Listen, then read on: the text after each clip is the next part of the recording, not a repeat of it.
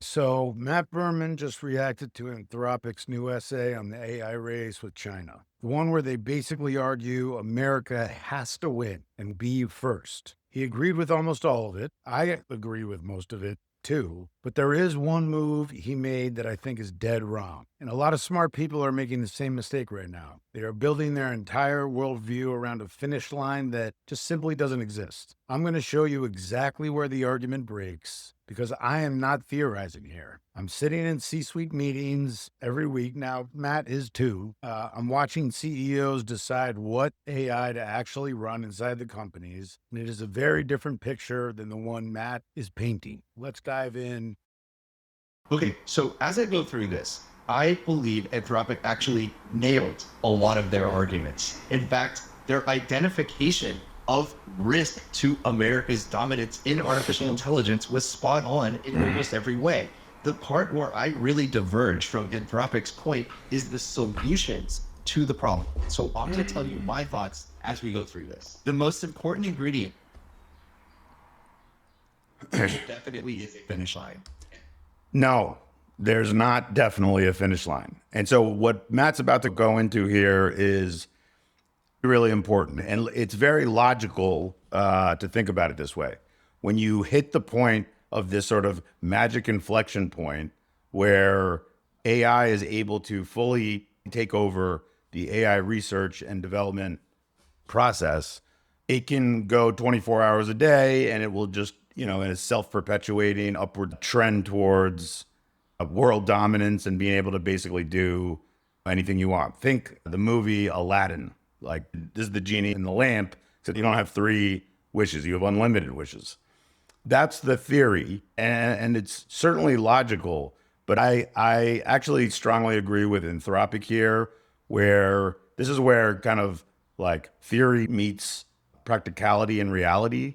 And for a whole host of reasons, it's not going to work that way. That is self-agree. This isn't. Yeah, Matt doesn't agree. What he's embracing here is theory over practicality. There's the concept of AI being able to improve AI, and that just compounds up into infinity, in it's like a 24-hour period. I mean, maybe it's slightly dramatic, but that's the theory. And you could have super intelligence, but I think what we're seeing as adoption is being rolled out through actual organizations in the country is that there's still this human factor, and there's AI does not have physical form yet. There's a long way to go in the scheme of things. There's a heavy delay in robotics. And so, yeah, I mean, I understand everything about it being able to control power grids and the internet and social media and the stock market and be very convincing, influential, and control people and get people to do things. These are reality. Very much a race. Once we hit self-improving AI, that is AI that can make itself better at a rate that no human AI lab can do, that is the finish line. Because once that happens, the exponential gains in progress, in performance become so large that no one else can catch up. Let's just say China reaches this sort of hypothetical binary finish line first, okay? And that plays out over the course of a few weeks. And then the US reaches this hypothetical finish line a few weeks later. Is it really over? Like, I mean, it's just not like, in theory, again, it makes a lot of sense. It's like, no, a few weeks too late. Like, everything that the Chinese model that has crossed this hypothetical finish line has done during those few weeks is enough to make the US getting it a few weeks later irrelevant, null and void, whatever. Even a few months. Like, just like walk me through what's happening during those few weeks or few months, at the most few months, period, that makes it irrelevant that they both cross this hypothetical finish line. I strongly agree with Anthropic's view here that it is a misconception that there is this concept of a finish line. Life just doesn't work that way. Like we want to think that human beings are programmed to want to make sense of the world around them. And this is a very logical line of thought that is just disconnected from reality. And those are exactly the points that are most relevant here. So domestic adoption and just adoption in general is the key. To have superintelligence in a lab, in a model that is recursively self-improving and making itself better, that does not translate into, first of all, instantaneous superintelligence that we can't pick, where by definition we can't even picture, what intelligence at that caliber. And by the way, this is going to all happen. It is going to happen. The way it plays out, though, is just not in these forms of extremes. And the reason for that is because of domestic adoption and global distribution. I think the value of the most advanced intelligence is incredibly important. And Matt regularly points out how he doesn't need the fill in the blank with whatever the most recent bleeding edge model, whether it be, Opus.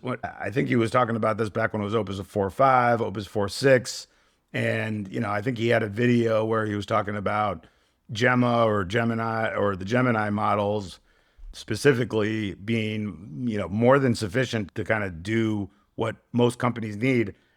I disagree with that too. But more importantly, he's undermining his broader point, which is this concept of there being a clear finish line that is entirely predicated on the value of intelligence. I had a board member once that loved to kind of lean into this, and it couldn't possibly be truer. When you are in a very competitive, high stakes position and your resources are very constrained and you're forced to work with what you have, those are when the most amazing breakthrough innovations often take place. And that is sort of China's circumstances. And when you layer on top of that the total advantage that they have in terms of raw AI talent, which they do have, that's a very powerful point. I don't know how that fits into whether we sell our chips to them or not, and this whole 2028 hypothetical finish line concept, but that's a point to stop and acknowledge in a very meaningful way. And I'm having the same conversations at the board levels, in the C-suites, where the cost is just so dramatically better. Open source models, and we're just going to find a way to download those models, modify them as much as we can, and really, it's not 1/10 the cost. It's free at that point. But still, there's a strong preference for that to be done with American models. And I just have a strong feeling that there's a good chance. And if there's not, Google definitely should seize on the chance, and Gemini should, to be that solution domestically for the US. I guess we can just strengthen that. Fine. But to be honest, I'm still unsure if export controls are working or not. On the one hand, I think in the short run, they're very much working. But I think in the long run, it causes China to produce their own chip industry, which is obviously very detrimental to us. I want NVIDIA's chips, Google's chips, Amazon's chips to run the world. And so again, it's not a function of if China is going to solve these chip constraint problems. It is a function of when. And that's why I'm so unsure. Is it best to try to allow them to create their own industry by having strict export controls and just hope they're not able to do it for long enough that we solidify our dominance? That's certainly Anthropic's argument. But I think Jensen, on the flip side, is saying the opposite. No, they're well on their way to doing it. We might as well start getting in and becoming the platform that Chinese AI is built on. kills the economics of AI development in the United States. And then finally, champion the export of American AI. Now, they do not believe in open source. This is my biggest disagreement and really frustration with Anthropic. They do not believe open source should be a thing. But to get the world to build on top of American artificial intelligence, it almost definitely needs to be in large part because of open source. No, it doesn't. The open source models are cloning the American models anyway. How does Anthropic shifting to open source really change anything other than giving more, just facilitating and accelerating the process at which those models are able to be duplicated by China and the Chinese labs? Open source is cheaper. It tends to be more efficient. It tends to be more hardened. So I really do. Open source is more hardened? What is he talking about? I don't like open source. He just said earlier in the video that open source can be manipulated a lot more and you can make it do whatever you want, which is true. How is it more hardened? I believe in open source. I really do believe to get enterprises both in the United States and worldwide to build on top of American AI, it has to at least a major part be open source models. And so while I agree with much of their identification of the risks posed by the American and China race to artificial intelligence, I don't agree entirely with their solutions. So here's where I land. Anthropic was right about the threat. China is sprinting. AI under authoritarianism is genuinely dangerous, and America does need to stay ahead. Matt was right to take all of that seriously. I take it seriously too. Where I think Matt got it wrong is the same place a lot of doomer-shaped takes go wrong. They confuse capability in a lab with capability in the world. And the world is messier than the chart. If you are a CEO, a builder, an operator, drop a comment. Tell me what model you are actually deploying inside your business right now. Not the one on the leaderboard, the one you're actually deploying, the one paying the rent. That is the real finish line. Drop a comment. Thanks for watching the video.